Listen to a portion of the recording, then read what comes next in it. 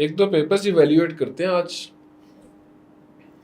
काफ़ी बच्चे जो हैं वो कह रहे थे कि हमें एक सैंपल तो एक लाइव इवेल्युएट कर दें। कुछ पहले डोंट्स सुन लें।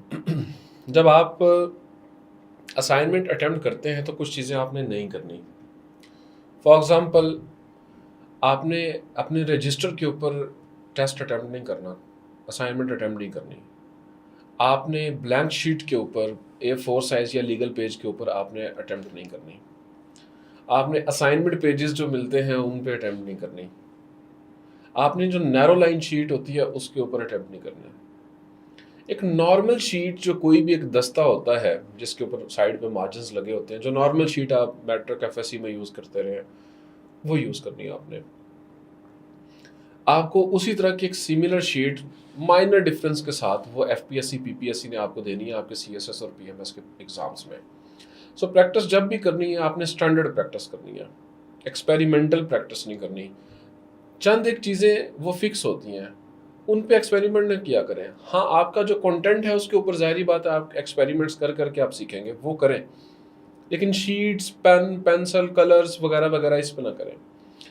सिमिलरली आपको ब्लू और ब्लैक के अलावा कोई और कलर यूज़ करने की इजाज़त ही नहीं है। आप पेपर्स में नहीं यूज़ कर सकते।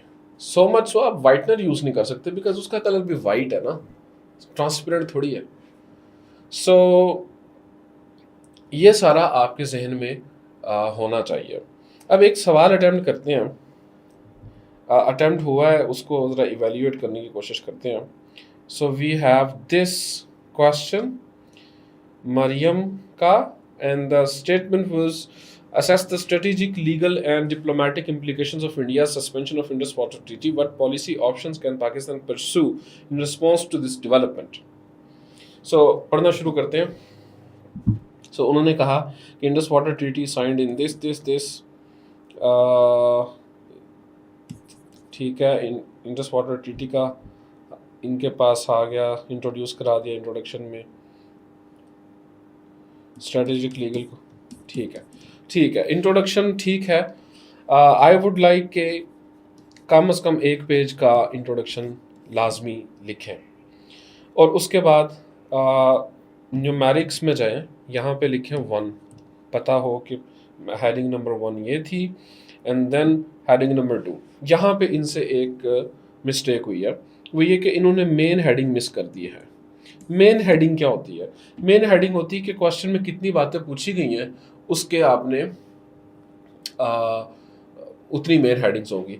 इस क्वेश्चन में 2 लेवल्स पे बातें पूछी गई हैं। सबसे पहला उसने इम्प्लीकेशंस पूछे हैं जिसके अंदर 3 इम्प्लीकेशंस हैं, ओके। दूसरा है पॉलिसी ऑप्शंस। सो हमारी एक मेन हेडिंग जो है वो इसकी हो गई, दूसरी मेन हेडिंग होगी हमारी पॉलिसी ऑप्शंस की। सो यहाँ पे नीचे जाके हम बताएंगे कि implications of suspension of Indus water treaty वगैरह, ठीक है। सो उसके बाद ये होगी हेडिंग नंबर 2, तो ये हो जाएगा 2.1 स्ट्रेटेजिक इम्प्लीकेशंस। और अगर आप इसकी भी फर्दर सब हेडिंग्स बनाना चाहते हैं सो ये हो जाएगा 2.1.1, फिर देन 2.1.2। तो ये ठीक है। Economic survey of Pakistan fiscal year 2024 to 2025, and then अच्छा, पैराग्राफ्स को ब्रेक मत कीजिए, कोशिश करें कि एक हेडिंग के नीचे आप एक पैराग्राफ बिल्ड करें। इनका एक्सप्रेशन ठीक है, अपस्ट्रीम डाउनस्ट्रीम पार एसिमेट्री आई है सस्पेंशन से, ये आर्ग्यूमेंट भी ठीक है। याद रखें एक चीज़,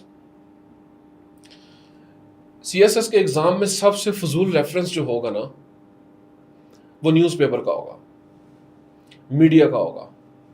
ये सबसे फजूल रेफरेंस कंसिडर किया जाता है क्योंकि डॉन, ट्रिब्यून, द न्यूज़ ये खबरें देते हैं किसी सोर्स से सुन के।